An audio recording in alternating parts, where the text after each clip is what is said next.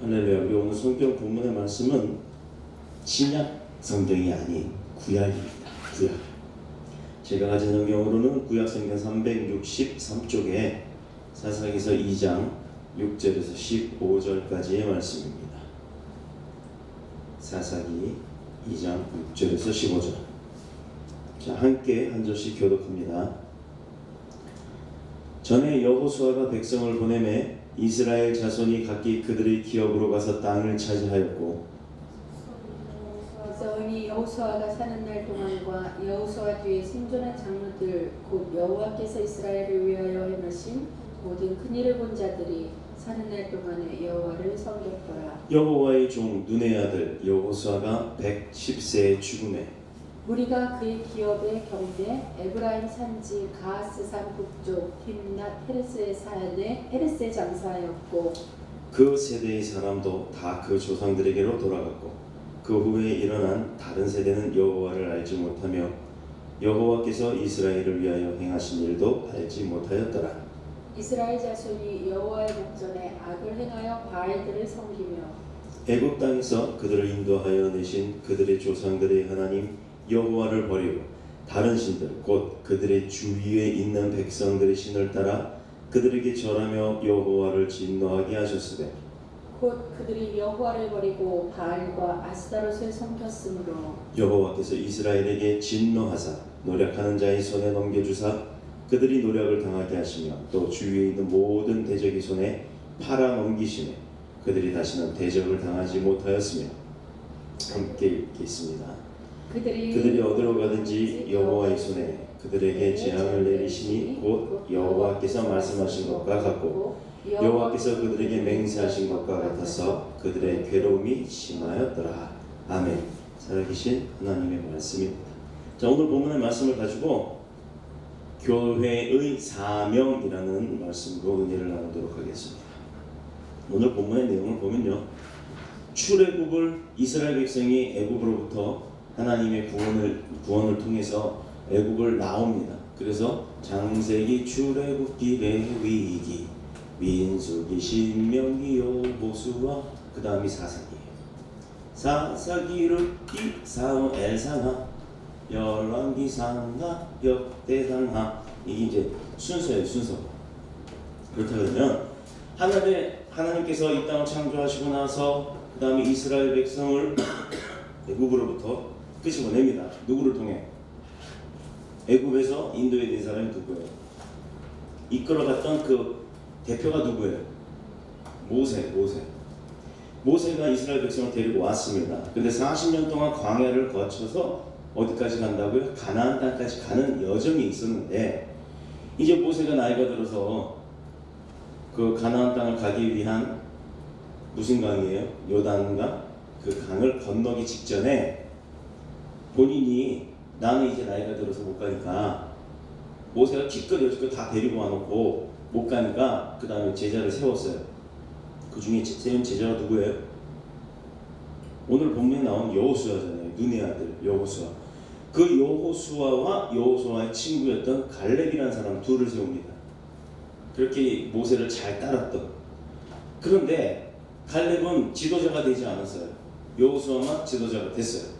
그러니 갈렙이 화가 나서 왜 나는 안 주고 쟤만 줘 이랬으면 문제가 됐겠지만, 그가 그러지 않고 그 여호수아, 친구였던 여호수아를 잘 섬겼다라 이 말이에요. 그리고 축복받았다 그랬잖아요.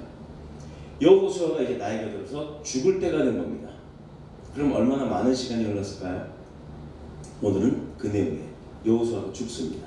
나이가 들어 죽는데 몇 살이 돼서 죽었다고요? 100. 8절 한번 봐봐요. 여호와의 종 눈의 아들 여호수아가 몇 세? 110세. 요즘은 100살 넘기기가 쉬운가요?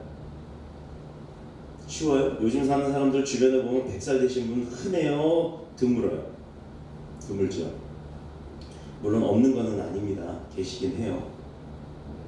그렇다 그러면 이 110세에 죽었던 여호수아를 통해서 인간이 이 110세 동안 살았던 여호수아와 그 이스라엘 백성, 출애굽을 시켰던 그 노예 생활을 했던 애굽에서의 그 끄집어냄을 통한 은혜를 입었던 이스라엘 백성들이 이 모세 또 여호수아를 거치는 이 많은 시간 동안 무엇을 하고 살았는지를 오늘 보고 깨달아야 된다 이 말입니다.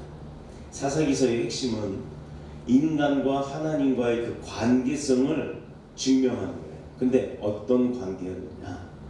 좋은 관계면 좋겠지요. 나쁜 관계면 안 좋겠지요. 자, 우리가 내가 사랑하는 오빠가 생겼어요. 좋아하는 오빠가 아니에요. 사랑하는 오빠. 특히 교회 오빠가 있었으면 좋겠는데 교회 오빠가 없어요. 교회 언니들만 있어요. 자, 이 교회 오빠가 되었든 누가 되었든 내가 마음에 들어하는 사람 쪽리에는 분명히 아닐 거고, 누군가가 내가 좋아하는 사람이 생기면 그 사람하고의 관계성에 있어서 내가 그 사람과 어떤 관계가 되길 원해요? 원수 같은 관계? 아니면 사랑하는 관계? 여러분은 어떻게 선택하겠습니까? 원수 같은 관계를 만들고 싶어요? 아니면 사랑은 아니어도 좋아하는 관계가 되길 원해요? 응? 그냥 아무 관계가 아닌 관계? 사람과 사람은 만나면 좋은 관계를 유지하고 싶어 하는 게 본능입니다. 왜? 사회적 동물이기 때문에. 자, 혼란과 고통과 또 영적 암흑은 물론, 영적 고통은 물론 육적인 것까지도 고통이 생기는 것은 안 좋은 관계일 때 그렇다는 얘기예요. 막 신경질 나고 보기만 하면 승질을 하고 막 이런 그런 나쁜 관계일 때. 그렇다 그러면 사람과 사람 관계도 그런데 하나님과 우리와의 관계가 어땠으면 좋겠냐 이 말입니다. 오늘 그걸 배울 거예요. 이스라엘이 하나님의 도우심으로 약속의 땅 가나안 땅까지 가서 정착을 해요. 정착하는 과정이죠. 옮겨가는 과정도 힘들었죠. 먹을 것 떨어지면 먹을 것 주셨고, 물 먹다 그러면 바위 때리기 해서 바위에서 샘물 쏟듯 물이 쏟아져 나왔고, 또 먹을 거 달라고 했더니 만나 쏟아졌어요. 이제 그거 질려요. 고기도 좀 주세요. 그랬더니 메추라기 떼가 날라오기 시작했고, 하나님이 얼마나 그들을 사랑했습니까? 그들은 얼마나 도와주셨고 얼마나 아름답게 이끌어 가셨어요. 40년 동안. 근데 왜 그렇게 그냥 야 여기서 여기까지 휘 축지법석을 휘 날려다 놓으면 금방일 텐데 왜 40년이라는 세월을 걸어서 이동을 하게 했을까? 이것은요, 하나님이 그들을 훈련하는 과정이 있었던 거예요. 나는 너를 사랑해. 내가 아들아 딸아 내가 너네 너무너무 사랑한다. 근데 아빠가 어마어마한 부자야. 얼마를 갖고 계신지도 모를 정도로 부자인데, 그런 엄마나 아빠가 자녀에게 엄마 저 눈깔 사탕 사 먹게 2천만 원만. 엄마 나 저기 내일 학교에 준비물 사가야 되는데 1억 원이 필요해. 이렇게 얘기하면 그래 1억 원 딱 주고 2천만 원 딱 주고 이러면 얼마나 좋겠어요. 근데 그런 부모 있나요? 그리고 무슨 눈깔 사탕 하나가 2천만 원이고 노트 하나 준비물이 1억 원씩 들어가겠어요. 만약에 그렇게 줄 수 있는 부모를 할지라도 자녀가 그렇게 달라고 하면 뭔데 어떻게 왜 그런 큰 돈이 들어가고 물어볼 겁니다. 아무리 관심이 없어도. 그렇다 그러면 진짜 사랑하는 부모라면 자식에게 뭐라고 해요? 엄마 나 학교에서 준비물을 해야 되는데 1억 원이 필요해 하면 1억 원을 주지 않는단 말이에요. 몇억 원이 있어도. 왜? 그 1억 원이 분명히 준비물 이외에 다른 곳을 쓸 거라는 걸 알고 있을 것이고, 떳떳하게 엄마 내가 누구를 도와주기 위해서 돈이 좀 필요한데 그래도 될까요? 이렇게 얘기를 하는 것도 아니고 어떤 공식적인 일로 덮어쓰기를 해서 엄마 나 참고서 사야 되는데 실제로 참고서 5천 원이에요. 문제집 5천 원이에요. 근데 엄마 문제집이 2만 원이래. 그러니까 15,000원 슈킹 해본 사람 손 들어봐요.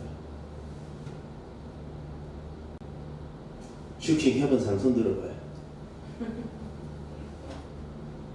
분명히 있을 거란 말이에요. 바로 이 얘기예요. 부모가 그거 모르겠습니까? 알지요. 다 알아요. 왜? 그 부모도 공납금 내받고 문제집 사봤기 때문에 다 아는 겁니다. 다 소시적인 한 번쯤 써먹었던 방법을 내 자녀가 가르쳐 주지도 않았는데 어디서 주워 듣고 배워가지고 와서 나한테 써먹더라 이 말이에요. 그러면 부모된 입장에서 그 자녀가 어떤 마음이 들어요? 이놈의 자식 봐라 못된 것만 배웠네 이러지 않는다는 겁니다. 알아요. 근데도 그래? 얼만데? 실제로는 5천 원인데 입으로 2만 원이요? 이렇게 하면 2만 원을 줘요. 왜 줍니까? 그래 뭐가 필요해서 15,000원이 필요한가 보다 써라. 그런데 그게 잦으면요, 그 부모가 또 달라고 할 때 어떻게 해요? 영수증 끊어와. 아니면 엄마 카드를 줘요. 카드 주고서 이 카드로 사. 그 카드는 한도가 없잖아요. 내가 끓으면 끓는 대로 다 나오지만 내가 뭘 샀는지, 얼마를 썼는지가 엄마 핸드폰으로 띵동띵동하고 다 옵니다. 그렇죠? 그래서 다 알게 됩니다. 그럼에도 불구하고 부모님은 자녀를 믿고 사랑하기 때문에 주는데 더 큰 금액을 요구할 때 부모는 어떠냐 이 말입니다. 꼬치꼬치 깨물죠. 용도를 따집니다. 없어서가 아니에요. 아까워서가 아니에요. 만약에 문방구에서 뭘 사야 되는데 그게 1억 원짜리가 아니면 뻔히 알면서도 1억 원 그래 써라 하고 툭 던져놨을 때 걔가 마약 사 먹고 술 사 먹고 이렇게 해서 자기 몸을 망치는 일을 한다 그러면 어떤 부모가 그거를 훈련도 안 된 애한테 그걸 주겠냐 이 말입니다. 하나님이 바로 그걸 하셨던 거예요. 40년이라는 시간 동안 이스라엘 백성을 통해서 너가 나를 알지? 내가 너를 안다. 만들었으니 알지. 그런데 너가 내가 원하는 것까지 쓰고 누리고 베풀려면 그만큼은 너가 훈련을 받아야 되는 그 과정을 겪어라라고 눈에 눈물을 머금고 그 힘든 시간들을 기다려 주셨다는 거예요. 그 땅을 정복하는 속도보다도 더 빠른 속도로 이스라엘 사람들은요 하나님의 은혜 가운데 그 가나안 땅에 왔음에도 불구하고 이제 모든 거 끝났다요. 40년 동안 세대가 바뀌어가면서 그 광야 고통을 이겨가면서 가나안 땅에 왔어요. 자, 그랬더니 처음에 나이 든 엄마 아빠가 애들 업고 이러고 40년 왔어요. 맨 처음에 갓난아기 업고 40년을 오면 나중에 40년이 지나서 가나안 땅에 올 때쯤 되면 그 업었던 아이가 몇 살이에요? 40살이란 말이에요. 그 아들이 그 아이가 내 그 다 업어줬던 부모를 업고 갈 시대가 된 거란 말입니다. 근데 업고 출애굽했던 사람들은 내가 몸소 뭐를 겪었어요? 노예 생활을 겪었으니까 그 예굽에서의 삶이 어려웠다는 걸 알잖아요. 그런데 업혀갔던 애기가 알아요? 이 애기의 머릿속은 난 내내 엄마 아빠 등에 업혀오면서 허허벌판 광야에서 쫄쫄 굶어가면서 고생하면서 온 것밖에 없다 이 말입니다.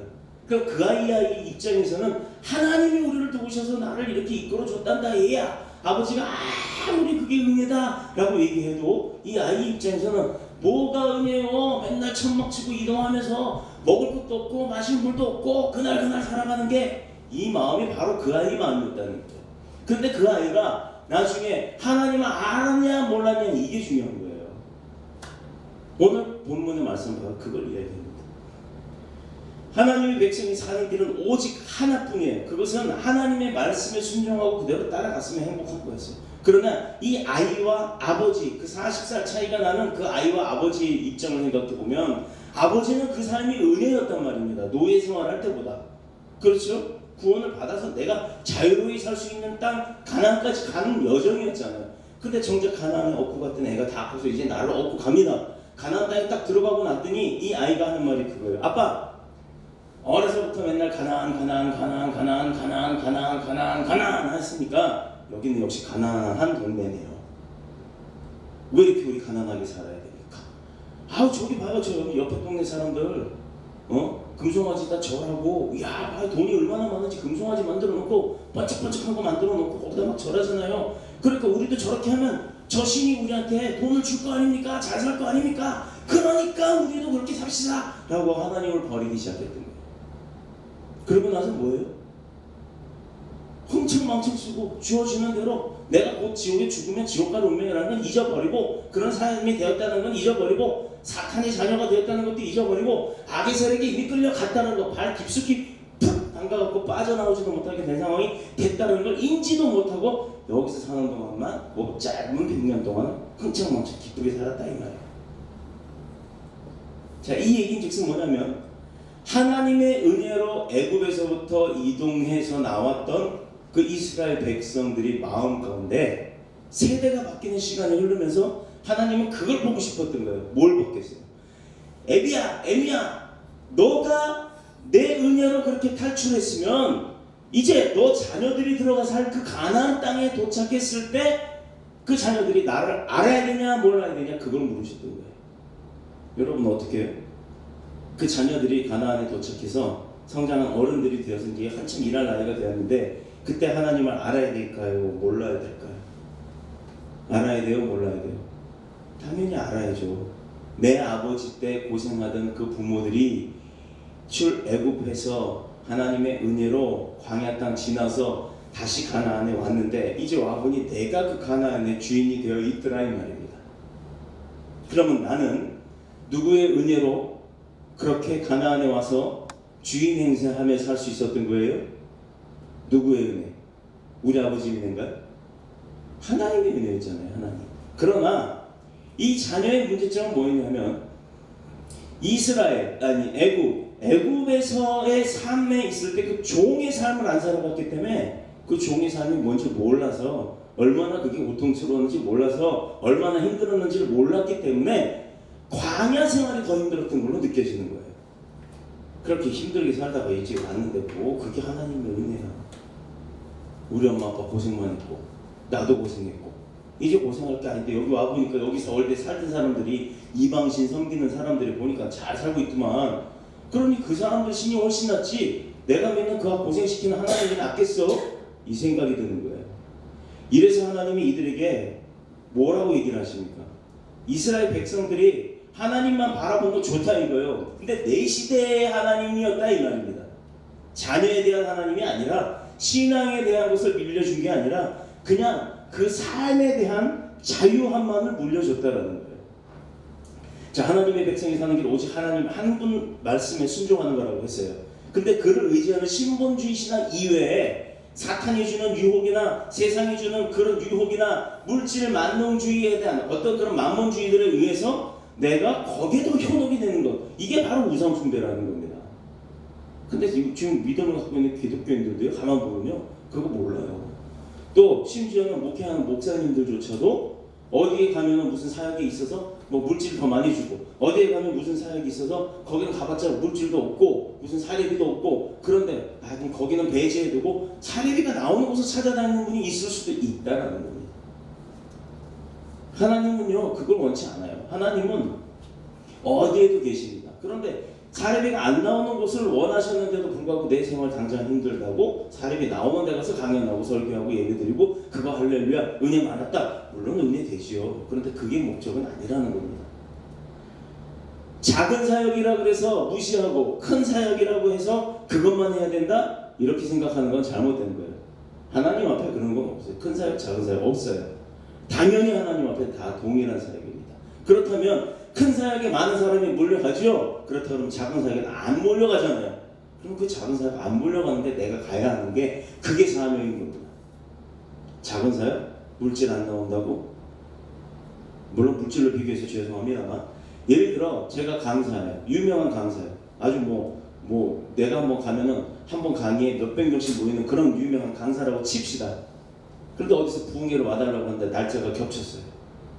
10월 10일 날 와주세요 목사님 했는데 어디는 교인이 1000명 모이고 어디는 교인이 한 10만 명 모이는데 그러면 1000명도 무조건 많죠. 근데 1000명이 모이는데 10만 명이 모이는데 그 계산을 막 하다가 그래도 난 인기가 있는 사람이니까 1000명한테 은혜 주는 것보다는 100만 원씩 만 명한테 은혜 주는 게 더 큰 사역이 되겠구나. 그러니까 10,000명한테 가자고 불러갑니다. 그런데요 우리가 생각해보면 10,000명이 있는 교회는 누구나 옵니다. 누구나. 1000명이 있는 교회도 누구나 와요. 그런데 거기 하나만 더 덧붙여볼까요? 목사님 우리 교회는 개척교회예요. 성도가 아무도 없고요. 목사님 저하고 우리 사모만 있고 겨우 들락달락하는 우리 애들만 있습니다. 근데 내가 너무 힘들어서 힘을 좀 얻기를 원합니다. 부흥회를 좀 부탁하고 싶은데 영치가 없어서요. 오셔도 교통비도 못 드리는 상황인데 목사님 죄송합니다. 이랬을 때요. 여러분 같으면 어딜 가야 될 것 같아요?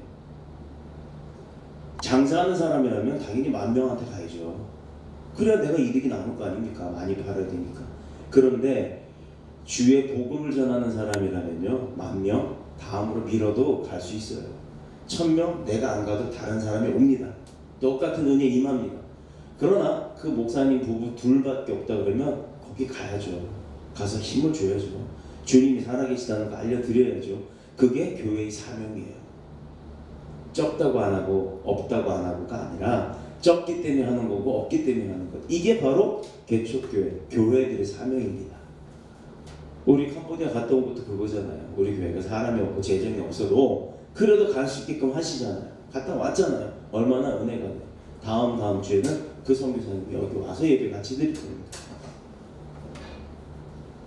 불순종이라고 하는 것, 그거는 어느 시대를 막론하고 하나님과의 관계에 있어서 당연하게 하나님으로부터 심판과 징계를 받게 됩니다. 하나님은 분명히 출애굽시킨 이스라엘 백성들에게 너 나 잘 섬겨가면서 내가 너네 도와줘가면서 가나안 땅에 정착시키면 풍요롭게 누리고 살아라 이렇게 명령했어요. 아버지 때 어머니 때는 합니다. 그런데 업고 왔던 그 자녀 때는 잊어버렸다는 거예요. 겪지 못했으니까, 알지 못하니까. 뭐가 중요합니까? 저나 여러분이 이 시간 이 자리에 앉아 있는 것 하나님의 은혜를 알기 때문이에요. 하나님을 알기 때문이에요. 그런데 지금 여기 청년들은 아직 젊으니까 결혼 아직 안 했으니까 그렇다 칩시다. 결혼하신 자녀들은 자녀들을 왜 안 데리고 나와요? 그게 문제가 되겠죠. 자녀들이 나름대로 또 예배 생활하죠. 괜찮아요. 직장 있고 학업 있고 바빠요. 요즘 어른들보다 바쁜 게 학생들입니다. 그럼에도 우리 교회 지금 학생들은 나와 앉아 있어요. 아예 오후 일정을 예배가 있는 수요일 금요일이면 오후 일정은 그냥 교회 일정이에요. 여기 와서 자더라도 그것도 피곤하니까 에너지 얻기 위해서 유아실에서 자더라도 정말 그거 잘하는 겁니다. 근데 남들은 그래요. 제발 야 저 시간에 뭐 어디 게임을 하든 뭐를 하든 공부를 하든 하면 그게 더 은혜지. 그게 더 낫지. 나의 자기 개발을 위해서 하는 거지 라고 생각합니다. 이때 업혀온 아이들하고 구분이 되는 거예요. 가나안 땅에서 왔는데도 우리 엄마 아빠 도와주셨어. 누가? 하나님. 와서도 여전히 변함없이 하나님을 찬양하고 경배하고 하나님을 높였던 사람들은 급속히 타락했던 이스라엘 자녀들과는 완전히 다른 삶을 살았다는 겁니다. 하나님과의 관계에 있어서 그 나쁜 관계가 되었을 때 하나님은 꼭 뭐를 하신다고요? 심판, 징계를 하신단 말이에요. 진노하심이 있었다는 겁니다. 그래서 하나님께는 많은 영광을 돌리는, 즉 내 삶 자체가 하나님이 보시기에 아이고 참 요거 봐, 좀 신통하네, 이쁘네, 아유 그래, 야 역시 너 다르다, 야 너 정말 잘 자랐구나, 이 마음을 하나님 앞에 드리는 게 바로 우리의 삶의 영광이에요. 예배 시간 안 빠지고 나와서 앉아서 물론 졸려요, 힘들어요. 그런데도 불구하고 목사님이 뭔 말하는지 지금은 아는데 돌아서는 순간 뭐라고 그랬지? 주일날 설교 제목이 뭐였지? 몰라도 상관없습니다. 일단은 내 속에 들어가긴 했으니까. 들어가는 즉시 일로 빠지는 사람이 있어요? 여기 통로에 이렇게 뚝 들어오면 띵 하고 일로 나가요? 들어와도 뭔가 내 속에서는 남습니다. 내가 다 몰라도 내 영이 아는 겁니다. 조라도요, 조는 사람들, 교회 와서 조는 사람 특징이 있어요. 옆에서 보여드려야 돼요. 오늘 말씀에 은혜가 있으니 하나님의 성령의 역사심이 있기를 간절히 원합니다. 아멘. 그렇지. 자는 사람도 뭔 말을 했는지 몰라도 끄떡은 잘해요. 그러다가 어느 순간 오늘도 역사심은 주님이에요. 들리든 안 들리든 졸다 보면 그렇게 들리잖아요. 그다음 어느 순간 믿습니까? 그러면서 아멘. 이 소리는 잘하죠. 그래도 그게 효과가 있다는 겁니다. 왜? 집에서 누워 자는 거하고는 다르기 때문에. 잘 자다가 나중에 나도 모르게 고개가 뒤로 넘어가면서 할렐루야. 왜? 저도 경험이 있기 때문에 그 소리 하는 거예요. 괜찮다고요. 졸아도 괜찮습니다. 근데 코만 골지 마세요. 다른 사람 은혜에 방해가 되는 것만 안 하면 됩니다. 그래서 이스라엘 백성이 가나안 땅에 도착하고 정착하고 그 애굽에서의 구원하심과 광야의 40년간 인도하면서 훈련받았던 그 많은 언약들을 이루기까지 누가 함께 싸워줬다고요? 여호와 하나님. 하나님의 도우심이 없이는 그게 안 이루어지는 것인데도 불구하고 하나님은 그렇게 마음이 씀씀이가 너그러우신 분이라는 거예요. 그래서 웬만큼 잘못하지 않는 한은 다 용서해 주시는 거예요. 다 은혜로 감싸주시고 다 축복으로 덮어주시는 겁니다. 그러니 내가 사람이 얼마나 부족하길래 사람들이 만들어 놓은 법도 못 지켜서 교도소를 가잖아요. 어저께 그제였나요? 목요일날 교도소 사역을 하고 왔어요. 얼마나 마음이 안 좋았는지. 주님께 드릴 것은 사모하는 이 찬양이에요. 그 찬양을 그 제소자 반주자가 피아노를 치면서 특송을 했습니다.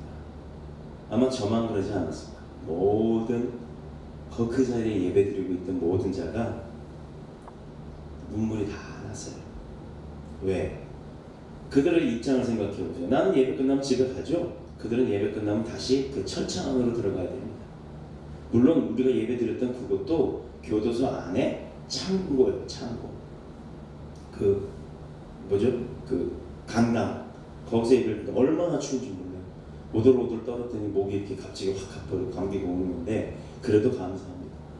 그들 마음 가운데 우리가 가서 찬양을 했을 때 그들 전부요 사회 같았으면 벌써 기립해서 박수 쳤을 거예요.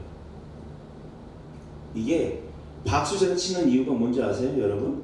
지금 북한에서 온 사람들이 반갑습니다 할 때 박수 막 치고 따라오는 사람들이 있어요. 왜? 잘하니까. 근데 그 잘한다라고 느낀 거는 뭐냐면 내가 그 사람들의 마음과 공통적으로 공감이 일어나면 박수를 치게 돼 있어요. 찬양을 부릅니다. 박수를 쳐요. 왜? 잘하니까. 잘하니까 박수를 치는데 결론은요. 우리 잘했다고 박수 치는 게 아니잖아요. 하나님이 주시는 그 은혜가 그 찬양 가운데 임했기 때문에 그들이나 부르는 우리나 듣는 사람들이나 함께 공감을 하고 박수를 치는 거예요. 그 얘기 즉슨 뭐냐면 그 박수가 야 당신 잘했습니다 칭찬합니다가 아니라 그 박수 속에는 하나님 감사합니다의 의미가 있다라는 겁니다. 그래서 뭐 성가대 잘했다고 막 성가대한테 박수 치라고 해도 그게 결론은 하나님 앞에 찬양을 드렸기 때문에 하나님 앞에 드리는 찬양의 박수지 사람한테 주는 당신 잘했어라고 하는 박수의 의미가 아니라는 거예요. 교도소 안에서 그런 일이 벌어졌어요. 세상 같으면 아마 기립했을 겁니다. 다 일어서서 박수 쳤을 거예요. 근데 이들이 앉아 있음에도 이렇게 조금만 틀고 싶어도요 그거를 이렇게 옆에 교도관 눈치를 봐요. 세상에 교도관들이 우리가 알고 있는 그런 일반적인 교도관이 아니라 시꺼먼 옷에 시큐리티 이렇게 무슨 보안 요원들처럼 권총 딱 차고 옆에 앉아서 방망이 들고 새까만 그 우리 해병대 그 군인 훈련하는 거 보면 빨간 팔각모라고 해서 빨간 모자 이렇게 무서운 사람들 있잖아요. 선글라스 딱 끼고 각 이렇게 딱딱딱딱 친 각 그 빨간 모자 쓰는 근데 이 사람들은 빨간색도 아니고 검정색 완전 새까만 올 블랙으로 이렇게 딱 서가지고 이렇게 앉아들 있으면 그 중간중간 통로를 계속 막대기로 이렇게 툭툭 쳐가면서 왔다 갔다 합니다. 사회 같으면 예배 시간에 누가 그렇게 하고 있다 그러면 당신 모여 앉아서 예배 드리라고 예배 방해된다고 하겠죠. 그런데 거기서는 언제 이 사람들이 움직일지 모르니까 또 민간인들이 여기 옆에 와 있잖아요. 다른 교회에서 들어온 찬양팀하고 함께 와 있잖아요. 그래 그들에게 혹시 뭐 달려들거나 그러면 어떡합니까? 그래서 이들이 와 있는 거예요. 우리는 성도와 은혜를 나누고 예배를 드리고 그들의 마음이 변화되기를 바라고 거기에도 성가대가 있어요. 얼마나 감사했어요. 그런데 바로 이런 겁니다. 그들 역시 죄를 졌기 때문에 죄값을 치르고 있잖아요. 근데 이거는 사람과의 관계에서 지어놓은 법률을 위반해서 죄를 짓는 거, 죄값 치르는 겁니다. 그런데도 가난해요. 그러면 하나님과 우리와의 관계에 있어서 우리는 가도움을 당하지 않죠. 구속되지 않잖아요. 그런데 하나님의 축복이 끊어지고 하나님의 은혜가 끊어지고 하나님께서 보호하심이 끊어진다면 우리는 오히려 그 감옥 안에 들어가 있는 사람보다 못한 삶을 살 수가 있다라는 겁니다. 내가 못 느끼는 게 아니에요. 당장 현실에서 와요. 예전의 구약 시대에는요. 병이 드는 것도 다 하나님의 저주 때문에 병이 들었다고 생각을 했어요. 특히 문둥병자가, 나 환자가. 그러면 나 환자가 내가 죄가 있기 때문에 저주를 받았기 때문에 그래서 병이 생겨요. 근데 얼마나 억울하겠어요. 내가 태어났더니 엄마 아빠가 나 환자라서 나도 나 환자다 그러면 그거 얼마나 억울해요. 요즘에 그런 병이 있어요. 에이즈. 엄마 아빠 중에 누가 에이즈 한 명만 있어도 심지어 엄마가 병원에서 급해갖고 수혈 받았는데 그 수혈해준 사람이 에이즈 환자였다면 엄마도 에이즈 환자가 되고 거기서 태어난 아이도 에이즈 환자가 됩니다. 이거 얼마나 억울하겠어요. 그 삶이. 반드시 지켜야 하는 중요한 조건이 하나 있어요. 하나님과 우리와의 관계에 있어서 부도덕하고 타락되어 있는 것, 이것들을 내 자신 가운데서 뿌리 뽑아야 됩니다. 이것은 분명히 레위기서 18장 3절에 너희는 너희가 거주하던 애굽 땅의 풍속을 따르지 말며 내가 너희를 인도할 가나안 땅의 풍속과 규례도 행하지 말라.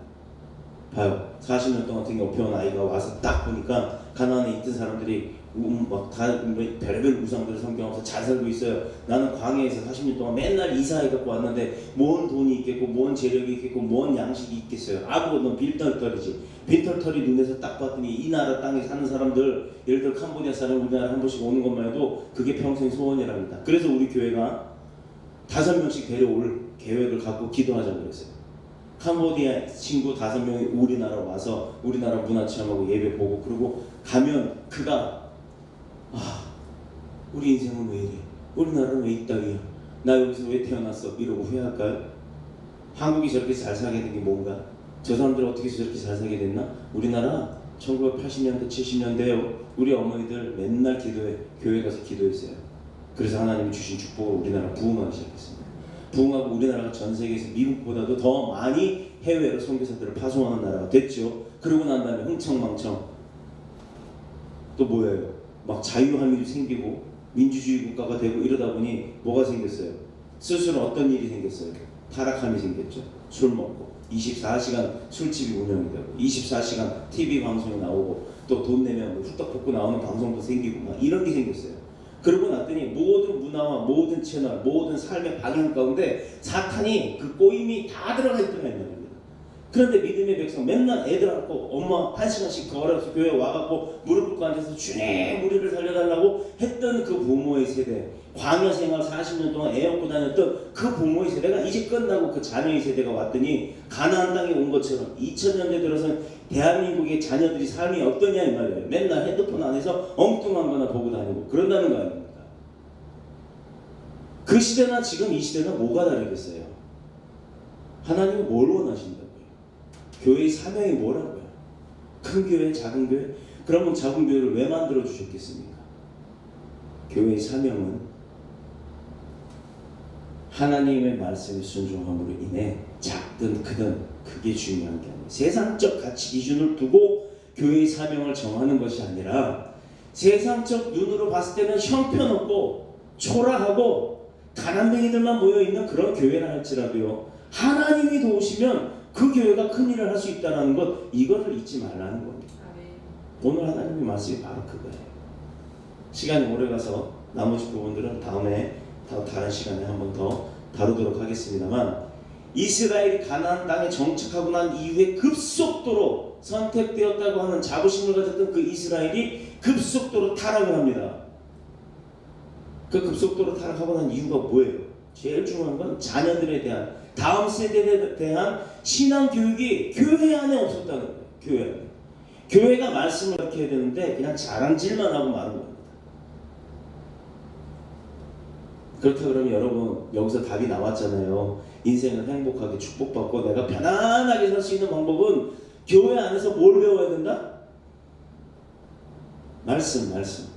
하나님의 말씀이 뭐고, 그러면 하나님이 대체 나한테 뭘 원하는지를 알잖아요. 그럼 내가 그분의 뜻대로 살아드리면이 아니라 당연히 그렇게 살아야 되는 겁니다만, 표현을 그렇게 하자고요. 아버지가 원하는 대로 내가 살면 어떤 일이 벌어지냐? 용돈이 생기고, 건강이 생기고, 은혜가 생기고, 축복이 생긴다는 얘기예요. 바로 그게 우리의 삶의 목적이라는 얘기입니다. 그래서 저와 여러분이 왜 산다고요? 하나님께 영광을 드리는 삶을 사는 게 그게 목적입니다. 아버지가 제일 좋아하는 게 뭐라고요? 아버지 자랑하는 거예요. 우리 아버지 자랑하는 거예요. 나가가지고 친구들한테 우리 아빠가 나 맨날 때리고 말도 안 하고 돈도 안 주고 말이야 뭐 좀 달라고 하는 그냥 술이나 사오라고 그러고, 와 나 미치겠어. 나 지금 나가고 싶어. 그랬더니 딱 하는 소리가, 야 우리 아빠도 그래. 이건 위로가 되는 게 아니에요. 우리 아빠도 옛날에 그랬어. 근데 내가 하나님 믿고 교회 생활하면서 변화되고 우리 아빠한테 그럼에도 더 사랑으로 더 다가갔다. 그리고 하나님 앞에 매번 기도했다. 우리 아빠 바꿔달라고. 그때 우리 아빠 바뀌었다. 지금은 행복해. 너도 그렇게 한번 해봐. 이게 안 되는 게 아니라 제 이야기 하는 거예요. 저희 가정이 그랬습니다. 제가요 탑 돌 때마다 100원짜리 종이 지폐, 여러분 모르죠? 우리나라 대한민국이 종이 지폐가 100원짜리부터 있었어요. 50환이라는 것도 저는 태어나서 보긴 했지만 써보진 않았습니다. 저 때는 지금 10원짜리 동그라미 요만하잖아요. 제일 작은 거. 그게 하얀색으로 뭐 되게 가벼워요. 1원짜리 돈이 있었어요. 그 1원짜리 하나면 지금 여러분이 사 먹는 1,400원, 1,500원짜리 아이스크림이 하나 있습니다. 10원이면 하루 종일 먹고 살아요.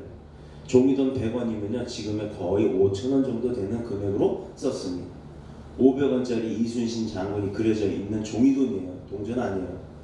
동전이 1982년에 동전으로 나왔지, 그 전까지만 해도 500원짜리 지폐였습니다.